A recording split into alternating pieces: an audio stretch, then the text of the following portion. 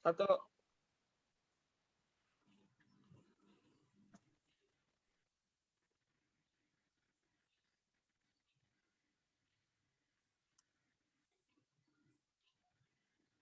Ya baik, Assalamualaikum warahmatullahi wabarakatuh. Waalaikumsalam. Waalaikumsalam warahmatullahi wabarakatuh. Aduh. Ya baik, kami dari kelompok 4 yang beranggotakan Ihsan Fatur Rahman, Yoga Dulu Sulianto, Rifki Badru Jaman, Fikri Abdiansyah, dan juga Muhammad Asaf Azlia Askar.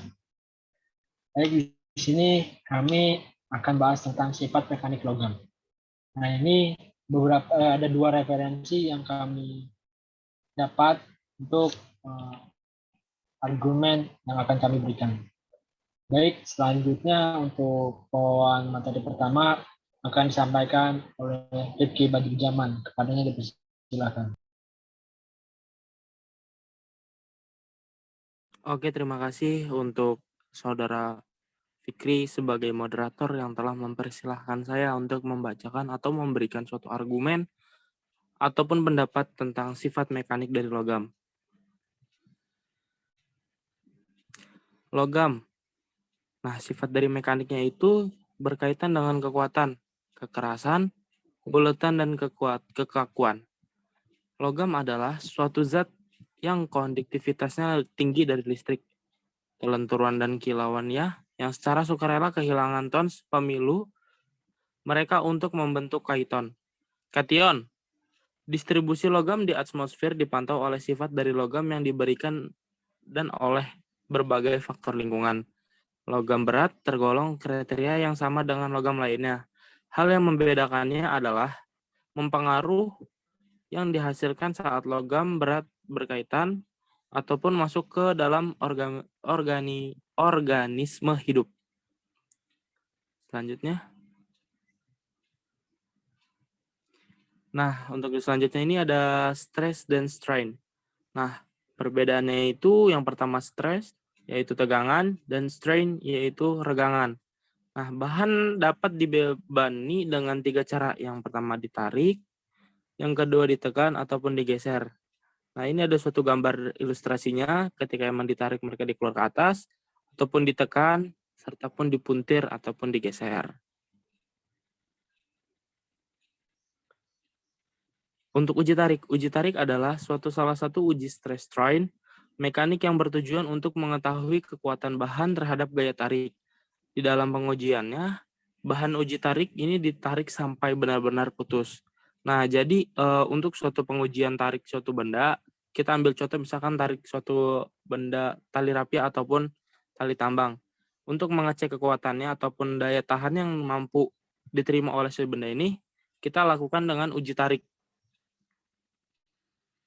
Adapun rumusnya suatu peragangan itu yang pertama panjang mula-mula, panjang akhir, panjang pertambahan, dan suatu persenan. Selanjutnya.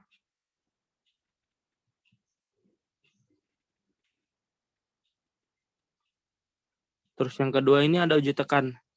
Bahan uji yang diberikan gaya tekan menggunakan rumus tegangan dan regangan sama dengan yang dipakai pada uji tarik. Hanya tanda beban negatif tekan hasil akan memberikan harga negatif. Tegangan geser yang dapat dirumuskan yang pertama T sama dengan F dibagi A0 ataupun F-nya itu gaya yang diberikan dan A0 itu luas bidang dari suatu permukaan.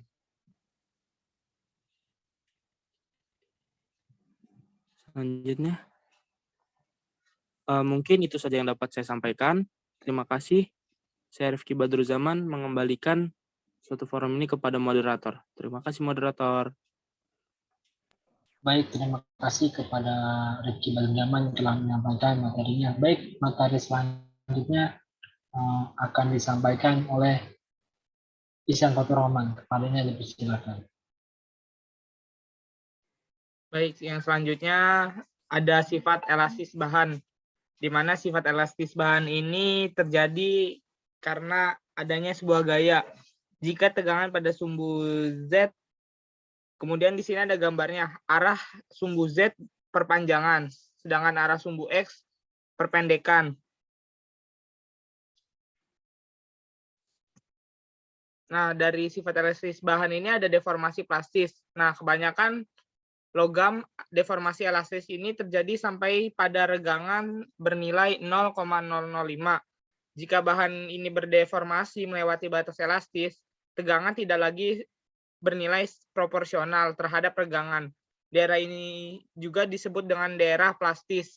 Nah, di sini bisa teman-teman lihat grafik dari deformasi plastis itu sendiri, tingkat keelastisan dari suatu bahan. Yang sebelah kiri ini ada bentuk umum logam yang secara grafik. Kemudian ketika titik luluh atas, maka titik luluh ini bernilai seperti baja. Pada daerah plastis, bahan tidak bisa kembali ke bentuk semula jika beban dilepaskan. Kemudian ada sifat-sifat tarik. Di sini sifat-sifat tarik itu meliputi luluh dan kekuatan luluh. Titik luluh ini terjadi pada daerah di mana deformasi plastis mudah terjadi pada logam grafik yang berbelok secara bertahap, sehingga titik luluh ini ditentukan dari awal perubahan kurva dari linier ke titik lengkung. Titik ini juga disebut sebagai batas proporsional. Kemudian ada kekuatan tarik, di mana kekuatan tarik ini setelah titik luluh, tegangan terus naik dengan berlanjutnya deformasi plastis sampai menuju titik maksimum. Kemudian menurun sampai akhirnya patah. Kekuatan tarik adalah tegangan maksimum pada kurva. Hal ini berhubungan dengan tegangan maksimum yang bisa ditahan dari struktur pada kondisi tarik. Nah, di sini teman-teman bisa melihat gambar grafik dari sifat-sifat tarik, di mana ada nilai TS dan F, di mana TS ini merupakan kekuatan tarik, dan F ini merupakan titik patahan ketika benda logam itu mencapai titik maksimal. Selanjutnya, saya kembalikan ke moderator. Ya, baik. Terima kasih kepada saudara Ihsan Fatur Rahman. Baik, selanjutnya dilanjut oleh Yoga Dewi Septiano. Kepadanya dipersilakan. Saya lanjutin ya dari. Nah, ini ada lanjutin dari sifat-sifat tarik.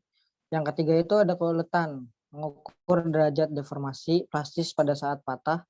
Bahan yang mengalami sedikit atau tidak sama sekali deformasi plastis disebut rapuh.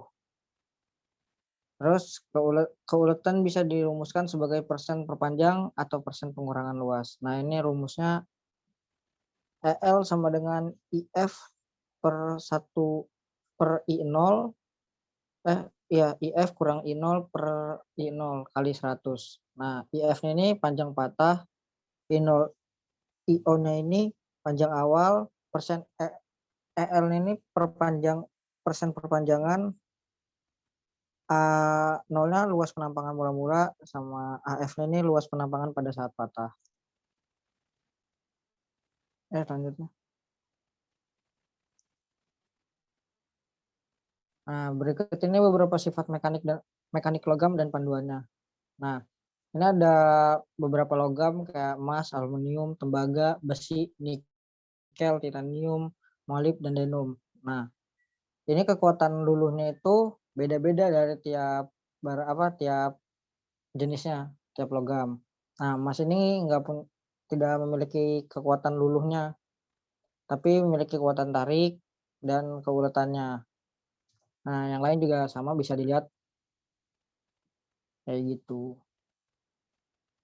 Selanjutnya. Ya, saya kembalikan lagi ke moderator. Ya, baik. Terima kasih kepada saudara Yoga Dewi Septianto yang telah memaparkan materi tentang sifat mekanik dari sebuah logam. Baik, sedikit saya simpulkan bahwasanya sifat mekanik itu berkaitan dengan kekuatan, kekerasan, keuletan, dan kelakuan sebuah bahan. Nah, di sini logam. Logam itu sebuah zat dengan konduktivitas tinggi listriknya, kelenturan dan kilauannya secara sukarela kehilangan trans pemilu yang mereka bentuk untuk membentuk kation. Nah, logam berat ini tergolong beberapa kriteria yang sama dengan logam lainnya. Hal yang membedakannya adalah pengaruh yang dihasilkan saat logam berat berikatan atau masuk ke dalam sebuah organisme makhluk hidup. Dan juga di dalam logam itu untuk mengenal dengan sifat mekaniknya ada stress dan strain. Stress itu sebuah tegangan, strain itu regangan.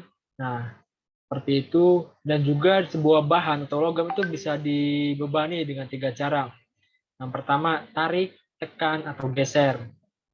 Lalu juga ada uji tarik, yang dimana di sini untuk menguji sebuah bahan kekuatannya terhadap gaya tarik, seperti sampai bahan tersebut sampai putus dan mempunyai kekuatan tariknya berapa. Lalu juga ada uji tekan. Nah, di sini bahan uji itu diberikan sebuah gaya tekan yang kemudian nantinya hasil dari ujinya akan memberikan harga atau hasil negatif seperti itu.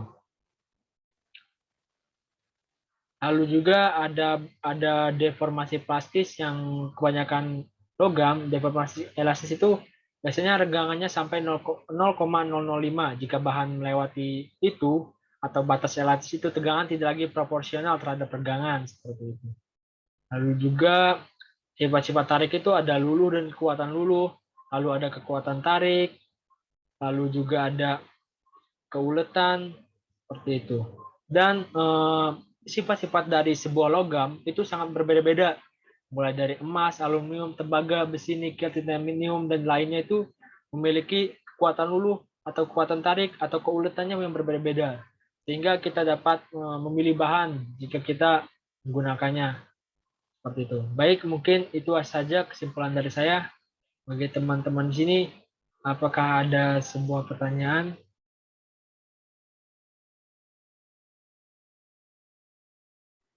Izin menanggapi moderator, sebaiknya pertanyaannya untuk lebih interaktif terhadap banyak audiens bisa diajukan melalui kolom komentar yang nanti akan diupload melalui link YouTube. Baik, kalau begitu agar lebih interaktif lagi, menurut Saudara Ihsan Fatur Rahman, nanti kita sesi tanya jawabnya di dalam kolom komentar YouTube yang akan kita berikan nanti. Baik, mungkin itu saja dari kelompok 4. Kurang lebih mohon maaf. Wassalamualaikum warahmatullahi wabarakatuh. Waalaikumsalam warahmatullahi Waalaikumsalam warahmatullahi wabarakatuh. wabarakatuh. Terima kasih moderator.